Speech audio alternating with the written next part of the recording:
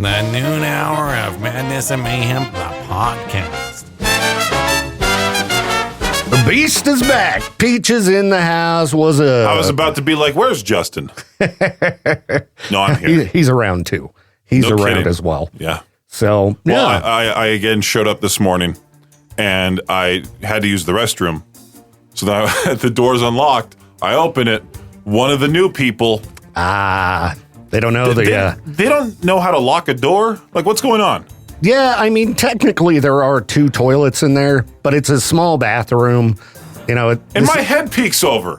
I don't want to see Logan doing his business. They'll learn over time as everybody else does because everybody locks the door. Maybe what I should do is I should just walk in there. If somebody's in the stall with the stall door locked, I'll go to the urinal. I'll grab a handful of water from the sink, not the urinal. I'm not a madman.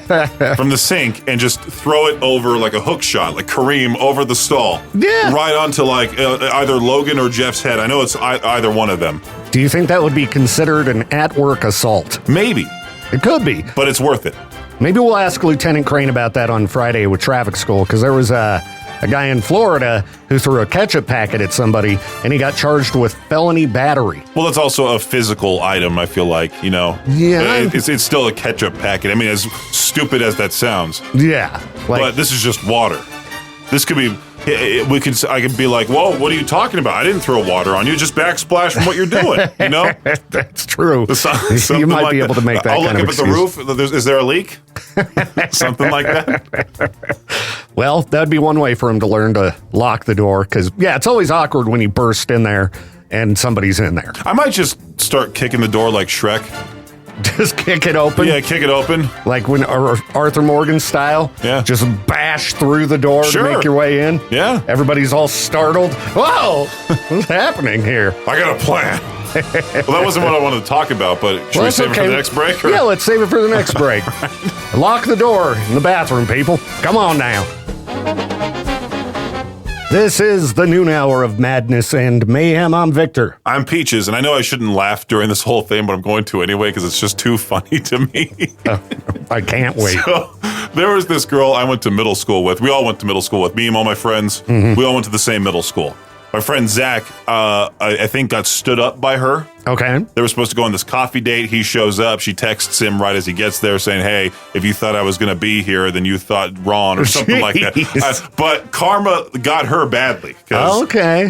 apparently, she's one of those people that puts all of her problems and issues on social media. Oh, yeah. And it's quite funny. I can't go into the content here, but this is just the beginning. All right.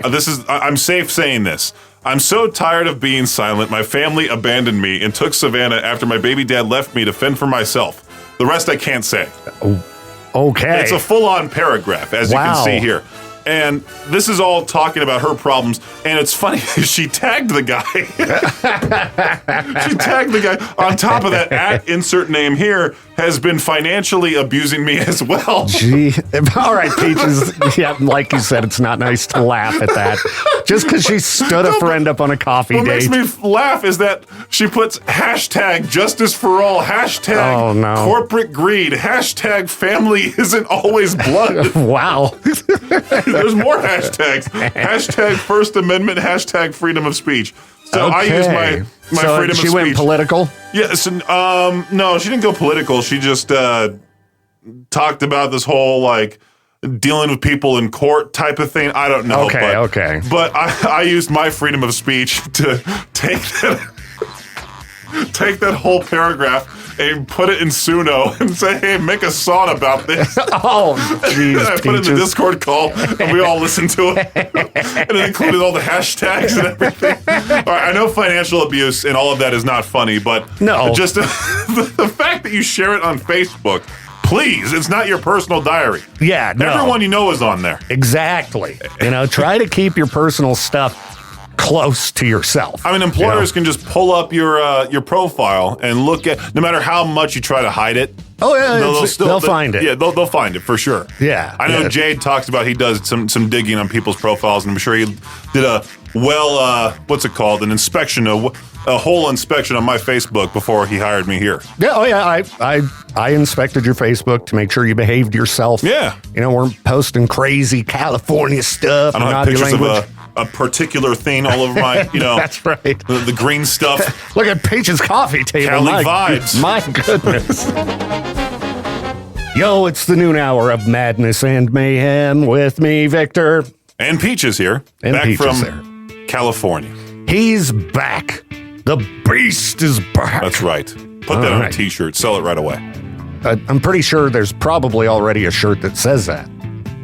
Right? I think so. I think I was one of those wannabe tough 12-year-olds that wore a shirt like that from Nike that said, like, Unleash the Beast. I'm like, yeah, that's right.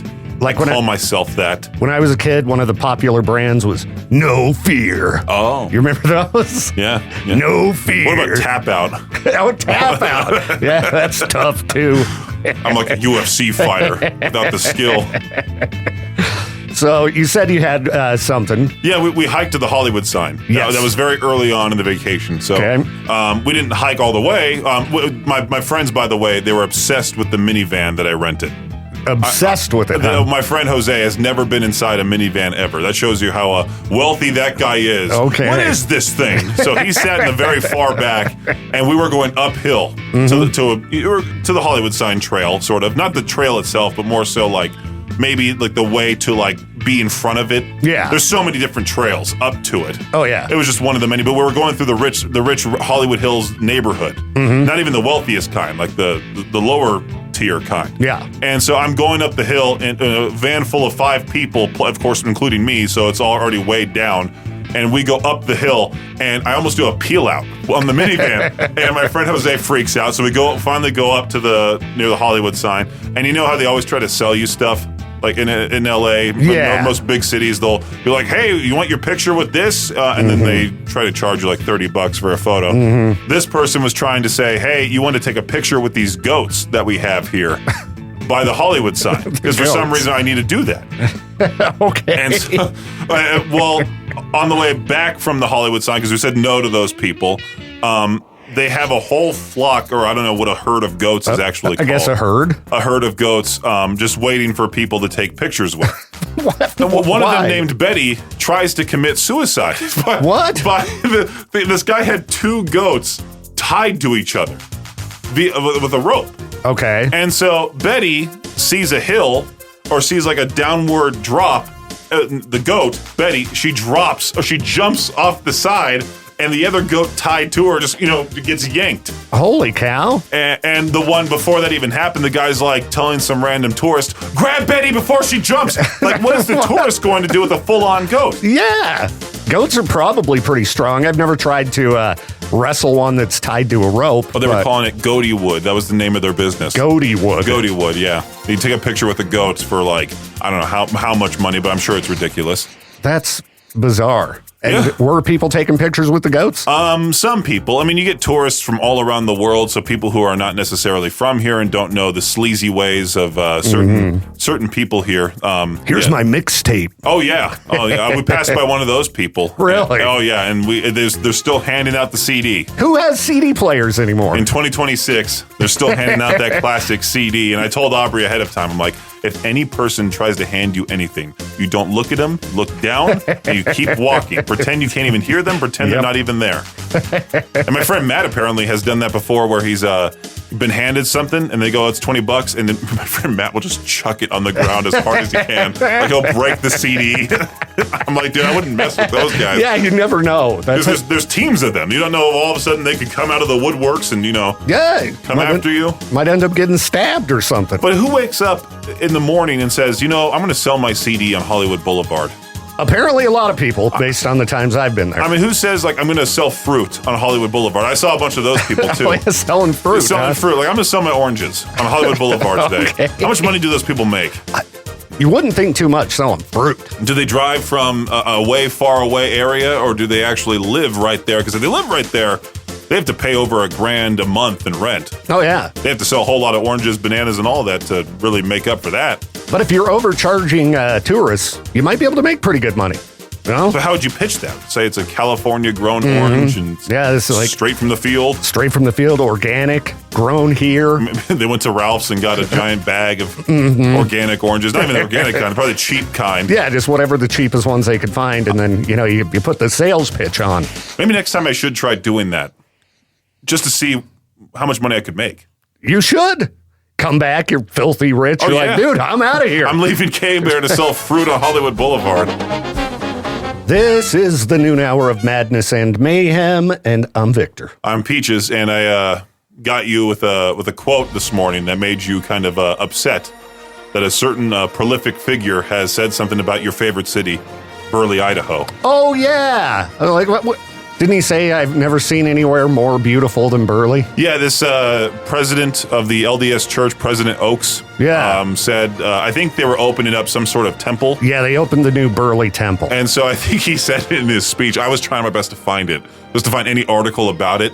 But I guess I'm assuming he said, I've never seen a place more beautiful than Burley, Idaho. Okay. Now, I don't know if that's true or not. I heard it from my girlfriend's sister. And previously, her family has given me some news that wasn't true. Like somebody won the giant $1 billion jackpot in Florida. That wasn't the case. Okay, so it might not be true. Because, I mean, he's from Salt Lake. Salt Lake is more beautiful than Burley. Absolutely. Without question. What about Mountain Home? Is Mountain Home more beautiful than Burley? They're pretty similar. They are. They're both pretty ugly. It kind of reminds me of like Bakersfield, California. Well, it's the California's in the name, but when you get there, you're like, oh, this is a dump. Yeah. Stockton, even Fresno, the entire middle of the state. I know people think about California as just being, like this, coastal tropical like paradise or something. There's a lot of crappy desert in California. Like Modesto, California. Modesto represent? Like, what are you representing? A pile of dirt? Like the drive from Salt Lake to Burley would be more beautiful than Burley. I'm sure I offended a lot of people that moved here from that area. Like, I think Melissa, who's down the hallway. Yeah. She is from some tiny little town in the northernmost point of California. I don't even consider that California. I consider that like Nowhereville. Well, Northern California is pretty nice. It's at least the areas I've been. Is dumpy. Yeah, I've Literally never dump. Yeah, I've never been to San Fran. I've driven past it, but that was about it. But like, I haven't gone northern than San Francisco. I've only ever stopped there. Like if you're, well, and I guess I should say the coastal towns, like Eureka, and I don't know, some of the others that are up there toward the Oregon border. I'm sorry, but Victorville kind of sucks too. Victorville is a dump. The more inward you go in California, like if you go northern inward, you're just going to see desert and nothing. Yeah, it sucks, dude. It sucks. It's like, Burley. Is it Susanville, California that I know somebody from? Another one of those where you feel like Burley is slightly better. And that's saying something. Wow. The noon hour of madness and mayhem is a production of Riverbend Media Group. For more information or to contact the show, visit riverbendmediagroup.com.